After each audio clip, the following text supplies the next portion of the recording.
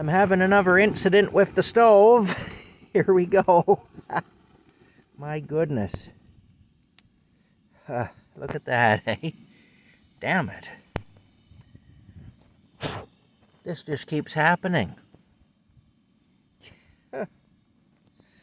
Oh my God. Okay, well, that wasn't a very good thing. That was no fun at all, in fact. Oh my goodness. Anyway, it's turned out to be a nice day. Okay, I'll stop so that it'll focus, maybe. Is it gonna focus? Maybe not. Okay, let me see here now. Let me see, we'll clean that lens. There we go, now we'll try it. That's better. It's a little nippy, but it's not a bad day. It rained like crazy last night. So that kind of sucks, but so everything's soaking wet. And like I say, it is kind of cold. Look here, there's probably ice on the top of the water, is there? No, there isn't, remarkably. But there is ice on the top of the garbage can. You can see there's ice on the garbage can lid. There is. Yeah. So yeah. Anyway, this is what we're dealing with. It's still cold, but it's not bad. It'll warm up later on today too. It's not a bad thing to be working in. I'm going to be working. I gotta go over to the place there where I'm working. We're going to take out some trees that have become a problem, that have fallen and have partially fallen and stuff that need to be taken down. Ooh. I'll tell you, we're leading quite a life, we are, but I'm pretty happy. I like to work.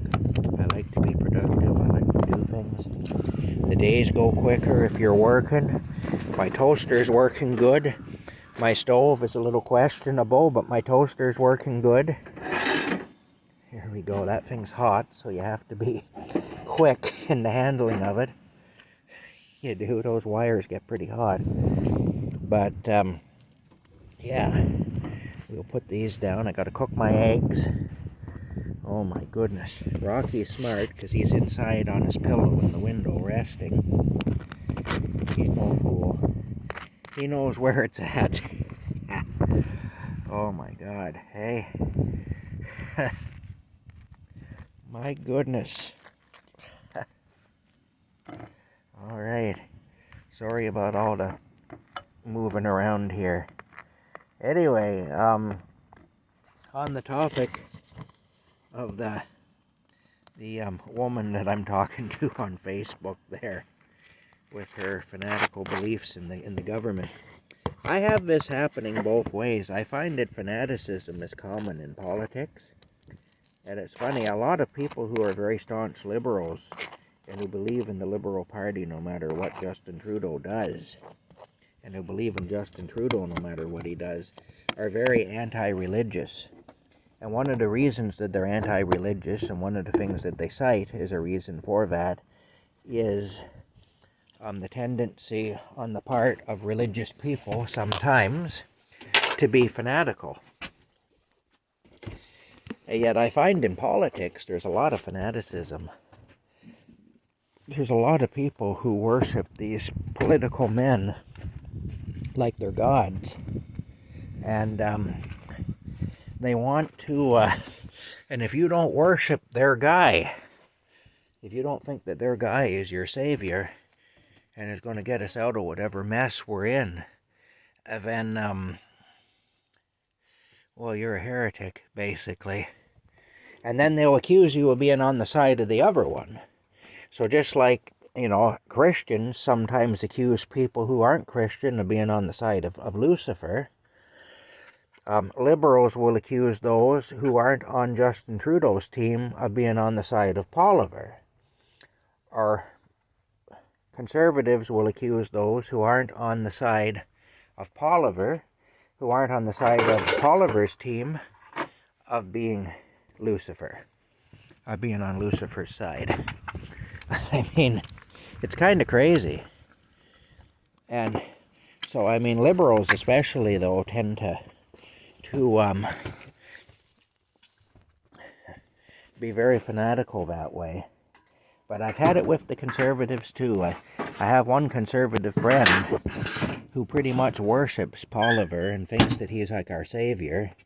He's going to get us out of this mess. They think. And they've accused me of falling for all of Justin Trudeau's lies. Well, anybody who knows me very well at all, or who spent any time watching my channel, knows what I think about Justin Trudeau. I'm not shy about what things I say about him. In fact, at this point, I'm saying things about him that could land me in jail with our current legislation, with all the laws that have been put out there and that are being brought in. I could literally go to prison for things that I've said about Justin Trudeau.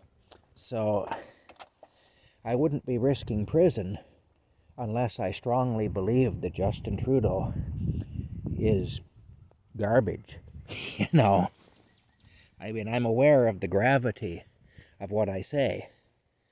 Something did eat the cat food, but I don't know what ate it. I don't know if the stray cat came back and ate it, or if it came last night, or if a raccoon got it, or what.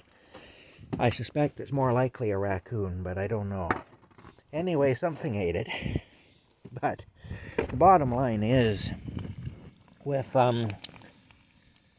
you know, these political people that with their fanatical and extreme views, they sort of remind me of the Pentecostal people in Renfrew, in the town of Renfrew back in 1980 when I was 12 years old, who tried to gang save me in the woman's washroom. I tell that story. There was a powder room. It was attached to the ladies' restroom. And the ushers, my mom made me go to this service at the Pentecostal church because she had a friend who was a very much a Pentecostal. And her friend came to the conclusion that I was demonically possessed because I was a devout Catholic. I was going to Mass all the time, and her friend didn't like it. And so her friend wanted to have the demons exorcised from me, the demons of Catholicism. And so I got taken to the Pentecostal church, and the ushers took me down to this powder room, which was off the ladies' room, and they made me stand there for hours and hours and hours. It was at 7 o'clock at night when they got a hold of me, and it was like 3 o'clock in the morning when they finally let me go. And they stood around me and with their hands on me and stuff, and trying to order the demons to come out of me, and, you know, all that business. Yeah, it was fun. Anyway, I was 12 years old when that happened, and those people were real fanatics.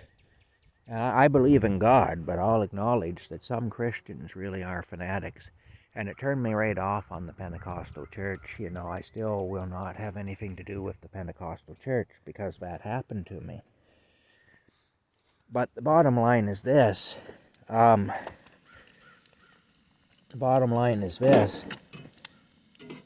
Political people really aren't a whole lot different, you know. The thing is, when you put all your hope into a man, you think that a man is going to save you from whatever evil might befall you.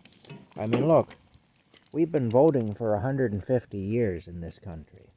Well, longer than that, really, but over 150 years in Canada, we've been voting. And look where we are. If voting was the answer, well, we'd be far better off than we are now if we could just vote in people who genuinely care about us and who want what's best for us and what's best for the country, and will act for our good, and will act in our best interests. If that's really what we've got, if that's really how things are, and if we can just vote our way to happiness and prosperity and success, we'd have done it by now. So I think that people are putting a little too much faith in these men.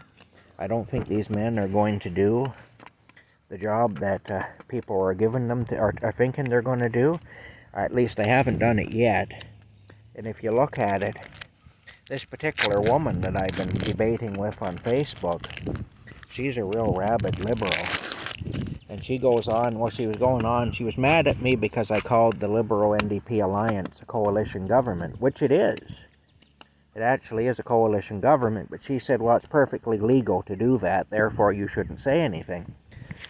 The thing is, yes, it's perfectly legal. Look, adultery is perfectly legal. You know, if I was married, I could have an affair. I could cheat on my wife. I wouldn't have to go to prison for it. Not in this country. There are places where they'd put you in prison. A lot of the countries that are run under Sharia law in the Muslim world, they'd put you in prison for adultery. We don't do that here. It's perfectly legal. You know, I can go out, if a married woman will have me, I can go out and I can bone another man's wife, to put it bluntly, and I won't serve a day in jail for doing that.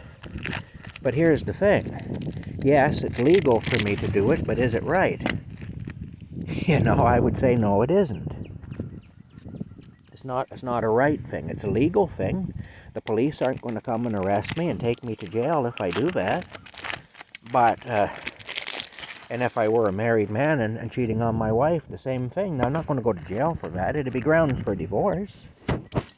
My wife could leave me, and she would have an advantage in court over me in the divorce proceedings because I would have wronged her by cheating on her. I would be morally wrong.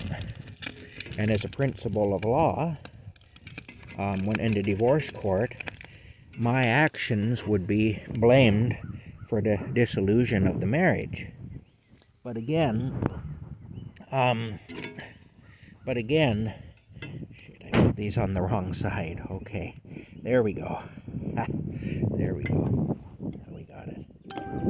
Anyway, the bottom line is, though, it would not be illegal in a criminal sense, but it's still immoral, and I'd still be judged accordingly for it, you know, and rightly so.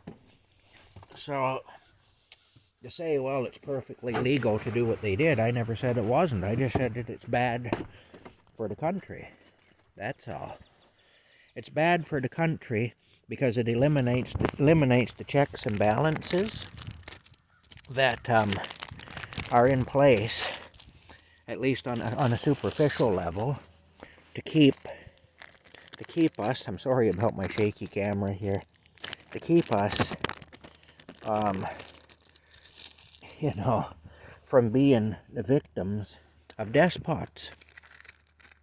Really, there's a reason why we're supposed to have an adversarial system in Parliament. And the reason is so that there actually is somebody there to put the brakes on the government when the government goes rogue, which is what has happened in this country. Our government has gone rogue. And by forming an alliance with the rogue government, the NDP party, with Jagmeet Singh as its leader, what they've done is they have put the entire country in peril. They've handed us over to the torturers. They're feeding us to the lions. That's what they're doing. So no, I don't approve of it. It's not in the spirit of good governance, and I don't approve of it. But I'm not a conservative. I'm really not. I'm not a liberal either.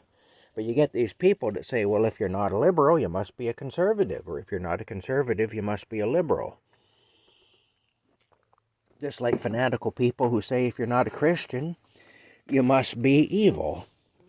Look, I know people who are atheists, who are good people. The people I work for over here in the other part of the property, they're atheists. They don't believe in God. Some of the finest people I've ever known. Very good people. And I would trust those people more than I would trust some of my Christian friends. I honestly would. So, you know, like I say, we got to have a balanced point of view. I disagree with them about the existence of God. I think they're wrong. I think God is real. I think Jesus is real. I believe in Jesus. I believe in God. But I have an awful lot of respect for those people. You know, and I have a lot of trust in them. Those are people that I actually would trust. They have always treated me with kindness and with respect, and I trust them. You know, and the fact that they're non-believers doesn't change that, because their actions have shown me that they are decent people, that they're good people. So, you know, I can't subscribe to the paradigm, to the left-right paradigm, or to the idea that, those look good, eh?